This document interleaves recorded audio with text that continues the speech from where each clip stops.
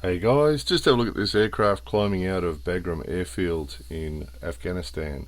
It's a bit hard to see from this angle, but it appears that the nose is too high. It's higher than normal nose attitude, and then you'll see the left wing start to dip there, and then the right wing dips and drops fully, and the aircraft rolls over it. What's actually happening there is a aerodynamic stall. So what's happened is one wing stalled before the other. So the right wing has stalled, the left wing's still got some lift in it, so the left wing is lifting over the top of the stalled right wing. So it's perfectly normal aerodynamics. We actually do that during aerobatic maneuvers as well, but this has obviously happened unintentionally, and then the aircraft's fallen and pancaked into the ground. So the reason I made this video is that, as always with plane crashes, it ends up all over the internet and all over the media, and what happens is people hear information and then misinterpret it because they don't really understand what's happening with aeroplanes. So one common one we get, well, the first one we get on YouTube is all the time, there's always at least a few dicks who have to say it's fake. It's not fake. Then you always get a few people that misinterpret. They hear someone say something about a stall, and then the media do this all the time, then they misinterpret it, and then they report it that the aircraft's engines stalled.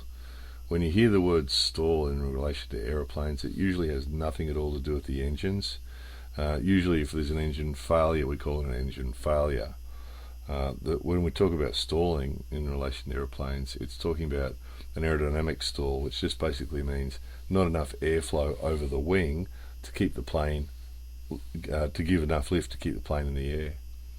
So in this case, because the nose was too high, it wasn't getting enough lift, and one wing stalled before the other, and then it went into the ground.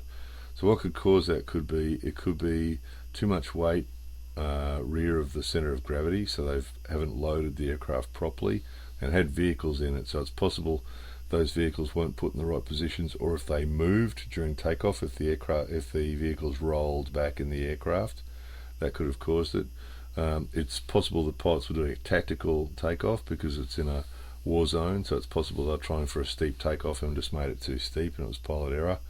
That seems a bit unlikely, that sort of aircraft, but it's possible that they've just made it too steep and didn't realise they were so close to the stall. It's quite possible, particularly if they weren't used to that sort of takeoff. The other thing is, it could be power failure, it could be an engine failure, but it's not terribly likely in an aircraft like that to have suffered that sort of major engine failure like that during takeoff. So bottom line is, it's not fake, it's real, and it's an error. Someone's made an error, either the load master or the pilots or the mechanics, or somebody has made an error, and that's what's caused this. So just couldn't see another false report on this without saying something. So anyway, there's my 2 cents.